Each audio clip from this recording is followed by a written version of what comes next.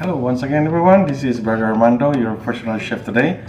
Ako po ay magtatagalog ngayon kasi ang aking recipe ay pangmasa po ito. Ako ay gagawa ng escabeche. Alright, so I will present you to my ingredients. Okay, so allow me to Filipino, Tagalog, and English sometimes kasi medyo iba na yung aking nandito ako sa Canada, mahirap mag-adjust. At then matagal na rin po akong hindi salita ng Tagalog, pero sa recipe ito gusto ko mag-Tagalog kasi nais kong ipresenta ang ating authentic na pangmasa na recipe na pagkain Pinoy, no? So if you notice my vlog in my food preparation and cooking, you consider the fine dining. Makikita nyo yung classic, makikita nyo yung pang mahirap o so pangmasa. So I designed this kind of recipe na depende doon sa iyong sitwasyon sa buhay. So bilang isang mananampalataya, ito po isang tulong ko po upang maihayag at mai-share ko po ang nalaman ko po sa pagluluto. Alright, so though I am in Canada, I found something that I want to present, the escabeche. Alright, so I would like to present to you the ingredients of this recipe today. Okay, I will show you. Okay, this is my main ingredients now. I found dalagang bukid. Yeah, it's napakalaki niya. Napakasarap itong isda na ito. Though it's already frozen here in Canada, but when I tried to check this in the market, in the store, I found that mayroon palang dalagang bukid dito. Ayan. So naisip ko lang na gawa ng design ng magandang recipe ito. So naisip ko nga yung escabeche. So this is my main protein today. Dalagang bukid, which is one of the famous fish in the Philippines. And basic of escabeche is I have a bell pepper, onion, ginger, and I have also green pepper. Okay? And nagamit po ako ng soy sauce kasi nga Pilipino ang aking gagawin ngayon na dish, pangmasa. Okay? Dato puti, soya sauce. And may have also a brown sugar to make a balance. I make also, since I am a Canadian, gagamitin ko din po yung apple cider vinegar konti. And my side dish today, of course, rice Filipino. Later, I already cooked. And I steam okra and I steam dahon ng sili.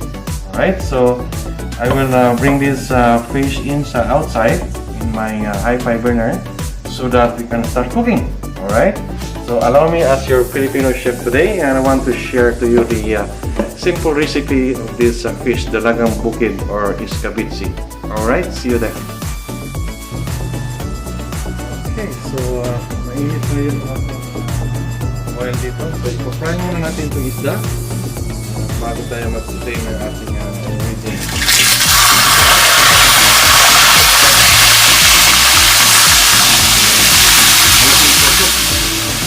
Grabe steak.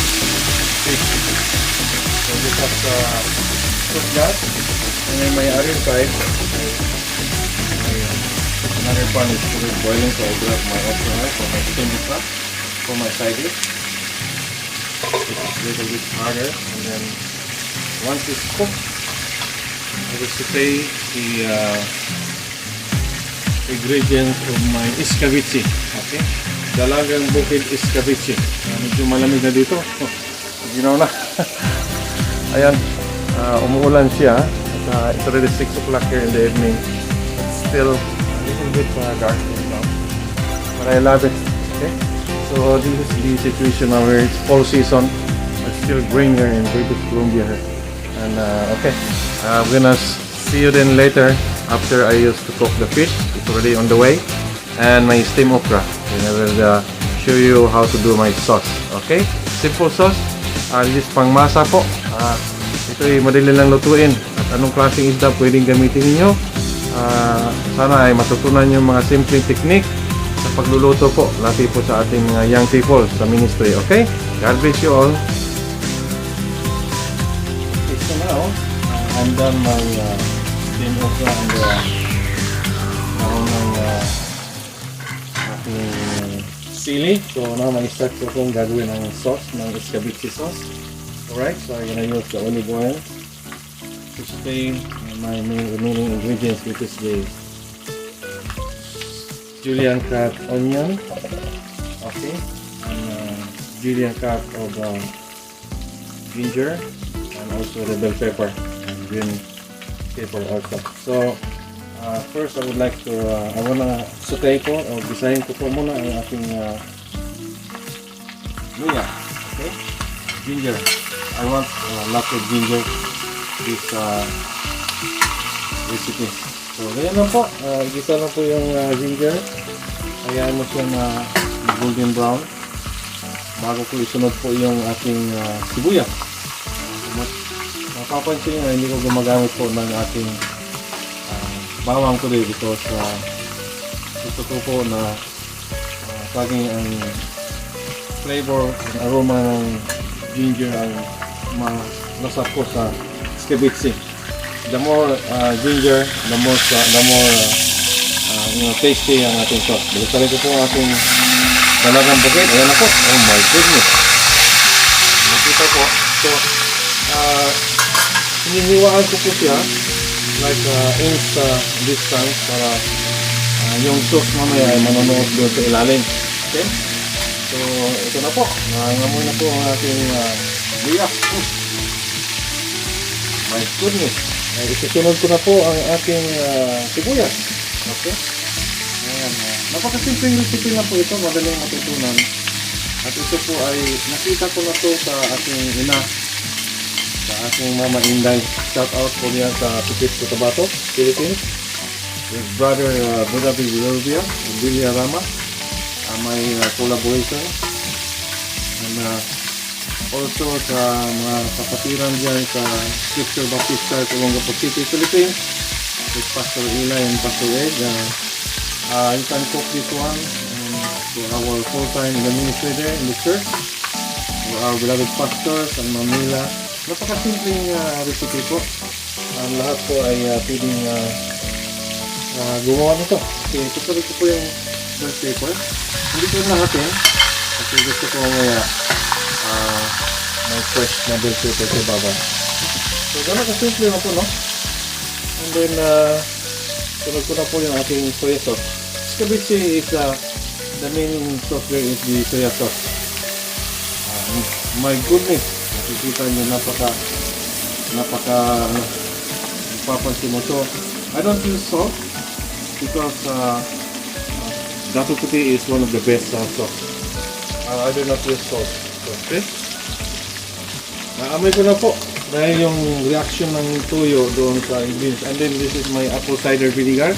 Lagyan ko po ng konting apple cider. You can use any kind of vinegar. Coconut vinegar and brown sugar. Oh my goodness. I put frozen now here. Okay? So this is the procedure. And as simple as that. And mamaya pagkulong yan ay papalaputan ko lang ng konting cornstarch yan. And then we'll see you then in my plating. Okay? This is Brother Armando. I feel cold.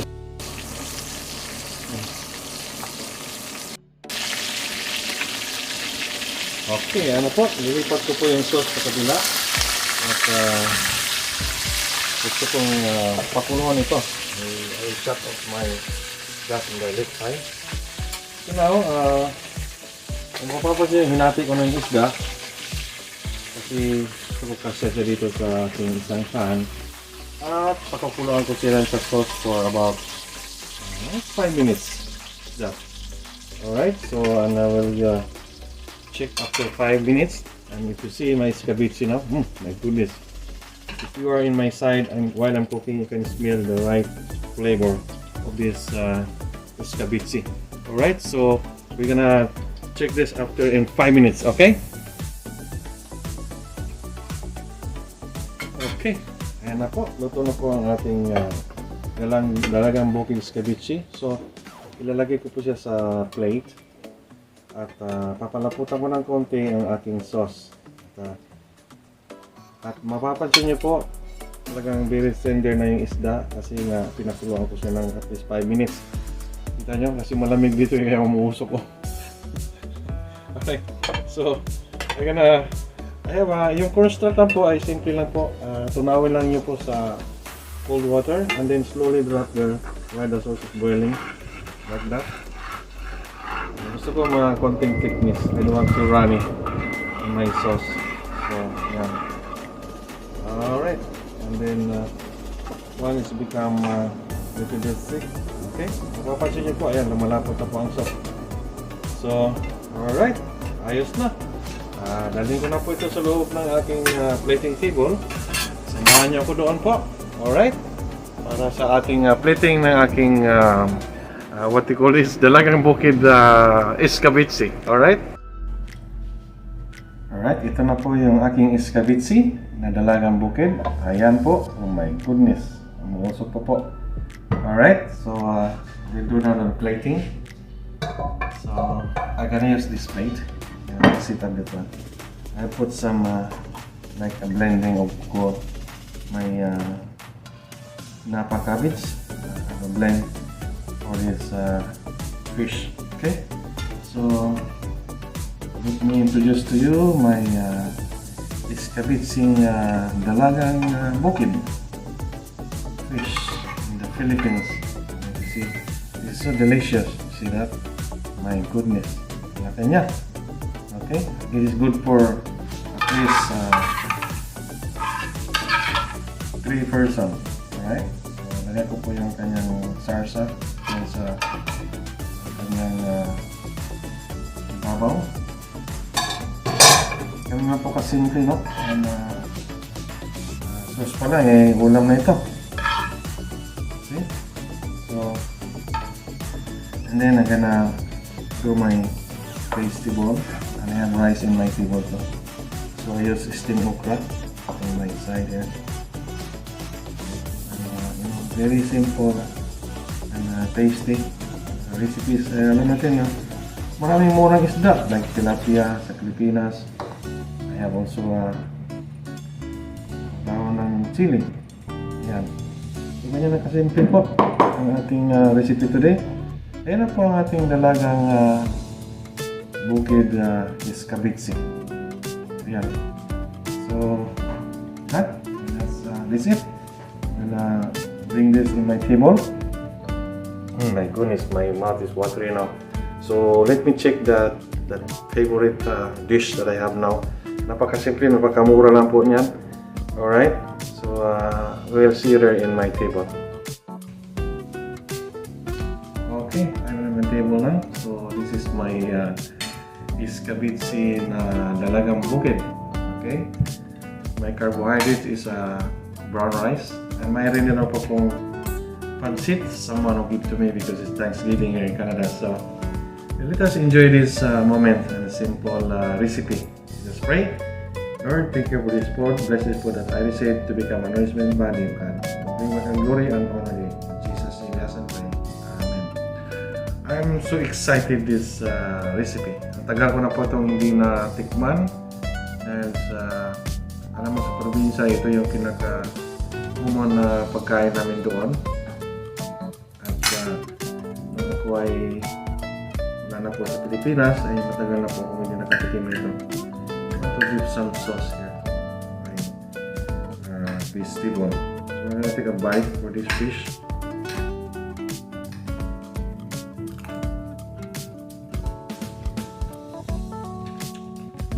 So tasty. Because I already boiled this in the sauce. Kaya po ang lasa niya ay nanunuot sa loob ng isda. Okay? Oh, so yummy. I love it. Ang okra, ilip ko po sa sauce.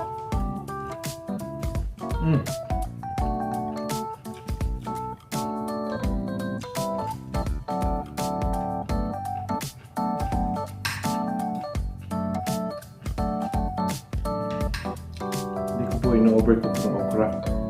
1 glance lang po so that I could taste the real flavor of the okra. Hindi ka overcook.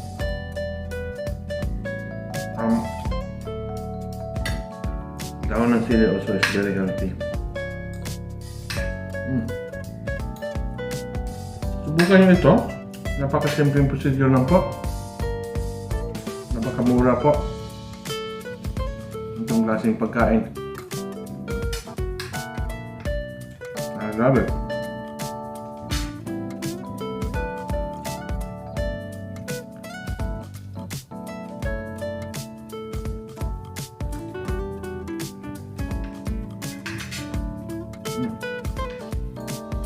Let's eat. Kain po tayo. Sarap. Hindi ko I really enjoy it, yeah, fish. Again, you can use any kind of fish. May available yung mga isda dyan sa iyong lugar.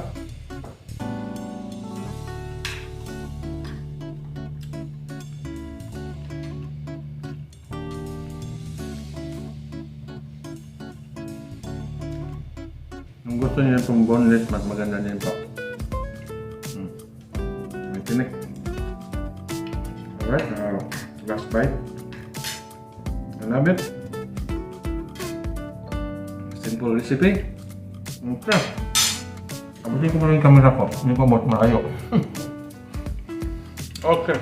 This is Brother Armando, your personal chef today. I hope that you learned something in this episode. Aking dalagang bukid na escabeche sauce. Okay? God bless you all. Bye-bye for now.